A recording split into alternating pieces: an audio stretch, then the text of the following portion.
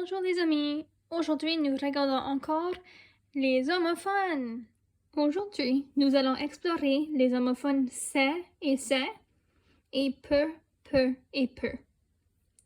Tout d'abord, c'est écrit SRS.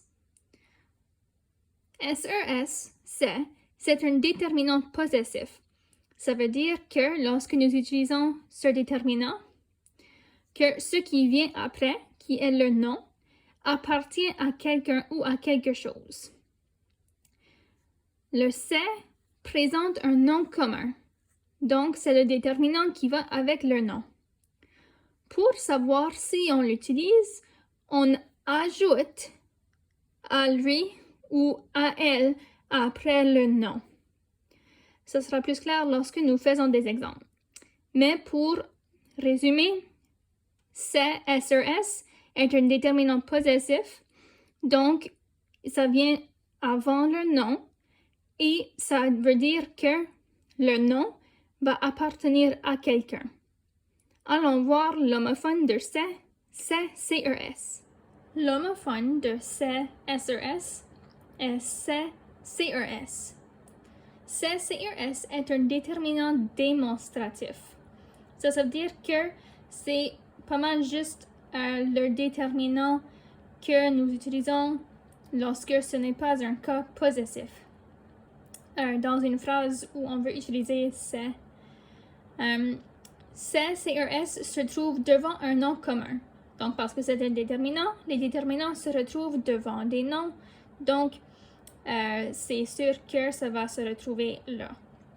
Pour voir si nous avons utilisé le bon c'est, le bon homophone, il y a deux options ici pour les essayer. Donc, tout d'abord, nous pouvons ajouter le après le nom pour voir si la phrase a encore du sens, ou nous pouvons remplacer c'est et le nom par ceci ou celle-ci pour voir si nous avons employé le bon homophone. Allons voir des exemples pour clarifier la notion que nous avons vue. Voici quelques exemples. Nous avons deux phrases et nous allons voir si nous avons employé le bon homophone dans chacune des phrases. Donc, phrase numéro 1. Ces maisons sont très récentes. Nous pouvons voir ici que nous avons employé l'homophone SRS, mais nous allons voir si c'est le bon homophone pour le contexte de la phrase. Donc, pour ce faire, nous pouvons soit rajouter à elle ou nous pouvons remplacer par celle-ci. Commençons par à elle. Ça ici, nous utilisons ça si nous voulons voir si nous utilisons leur SRS. Donc, ces maisons à elle sont très récentes. Allons voir si nous devons remplacer SRS par CRS en remplaçant ces maisons par celles-ci. Celles-ci sont très récentes. Dans ce cas, les deux options ont du sens. Toutefois, la façon que nous utilisons le déterminant va changer le sens de la phrase. Donc, tout de suite, je ne veux pas parler des maisons à quelqu'un. Je ne veux pas parler des maisons, mettons que ce sont les maisons à ma maman. Je ne veux pas parler des maisons à ma maman. Donc, je dois remplacer le SRS ici par CRS. Parce que je veux parler des maisons en général. Je ne veux pas parler des maisons à quelqu'un. OK. Donc, ça c'est exemple numéro 1. Exemple numéro 2. Laurie prête ses crayons à Jérémie. Ici, nous avons notre c'est. Et allons voir en remplaçant ou en ajoutant, voir si nous avons employé le bon déterminant. Donc, Laurie prête ses crayons à elle, à Jérémie. OK? Laurie prête ceci à Jérémie. C'est difficile, mais Laurie prête ceci à Jérémie, ça n'a pas trop de sens. Ici, nous voulons vraiment parler des crayons qui appartiennent à Laurie, donc nous devons utiliser le déterminant SRS parce que nous parlons des crayons qui appartiennent à elle, qui appartiennent à Laurie. Donc, les homophones C, CRS et CSRS sont plus complexes, mais vous êtes bien capable de les employer. Assurez-vous juste de toujours essayer d'utiliser les stratégies d'ajout ou de remplacement et ça va bien aller. Allons voir nos autres homophones. Nous sommes maintenant arrivés au cas des per et per. Donc, le premier per que nous allons voir, c'est per, P-E-U. Ce per, c'est un adverbe et ça veut dire une petite quantité ou un faible degré. Pour savoir si nous avons bien employé le per, nous pouvons remplacer per, P-E-U, par beaucoup dans notre phrase pour voir si nous avons utilisé le bon homophone. Nous sommes maintenant arrivés à per et per, les homophones pour per, P-E-U. Donc, per, P-E-U-T et per, P-E-U-X sont des conjugaisons du verbe pouvoir au présent de l'indicatif. Nous autres, on appelle ça plutôt juste le présent. Donc, per, P-E-U-T, c'est la forme conjuguée aux troisième personne du singulier, qui soit il, elle et on. Et per, P-E-U-X, c'est la forme conjuguée à la première personne et à la deuxième personne du singulier, je et tu, c'est la deuxième personne. Donc, pour voir si nous avons utilisé le bon homophone, il faut que nous remplaçons per, P-E-U-T par pouvait avec un T et per, P-E-U-X par pouvait avec un S. Mais madame, comment est-ce que nous allons savoir si nous utilisons pouvait ou pouvait ou per?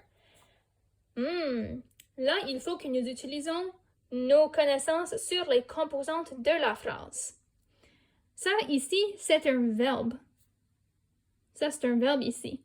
Donc, il faut que nous trouvons le sujet de notre phrase pour déterminer de la façon que nous allons conjuguer notre verbe. Si le sujet, c'est un il, elle ou un on, mais alors nous allons conjuguer notre verbe pouvoir avec un T au présent. Et si nous avons le sujet qui est je ou tu, mais alors nous allons conjuguer le verbe pouvoir avec un X lorsque c'est au présent. Allons voir des exemples. Voici nos exemples. Phrase numéro 1. Il y a peu de monde dans le magasin. Ici, notre peu, c'est écrit P-E-U-T, mais nous allons voir si nous avons employé le bon homophone. Donc, tout d'abord, nous allons remplacer par pouvait ici. Donc, il y a pouvait de monde dans le magasin. Pas trop sûr si ça a du sens, ça. Essayons maintenant le peu qui est remplacé ici par beaucoup, le P-E-U. Il y a beaucoup de monde dans le magasin. Ah, là, la phrase a plus de sens.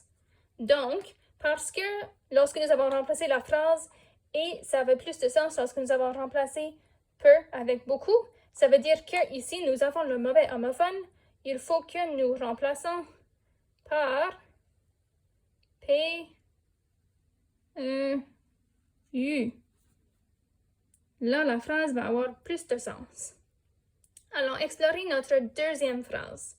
Je peux partager mon écran. Le per qui a été employé dans cette phrase ici, c'est per P-E-U. Allons remplacer le per P-E-U par le mot que nous utilisons pour le remplacer, beaucoup, et relire la phrase pour voir si ça a du sens. Je beaucoup partager mon écran. Pas trop sûr. Essayons maintenant pouvait. Je pouvais partager mon écran. Ah, là, la phrase a du sens. Donc, parce que nous savons que le per ici est mal écrit, c'est le mauvais homophone, je vais quand même mettre une ligne. Maintenant, il faut que je décide quel pouvait qui va avec ma phrase ici pour me dire quel per qu'il faut que j'écrive. Donc, maintenant, il faut que j'analyse ma phrase. Donc, je sais que le verbe sera peut Alors, je peux me poser la question.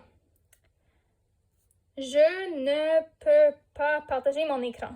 Donc, qui ne peut pas partager son écran? Je vais essayer de voir si ça c'est le sujet. C'est moi qui ne peux pas partager mon écran. Oui, ça a du sens, donc je sais que ça ici c'est le bon peut. Donc, pouvait ici, on remplace par le PEUX. Alors, je vais écrire PEUX ici.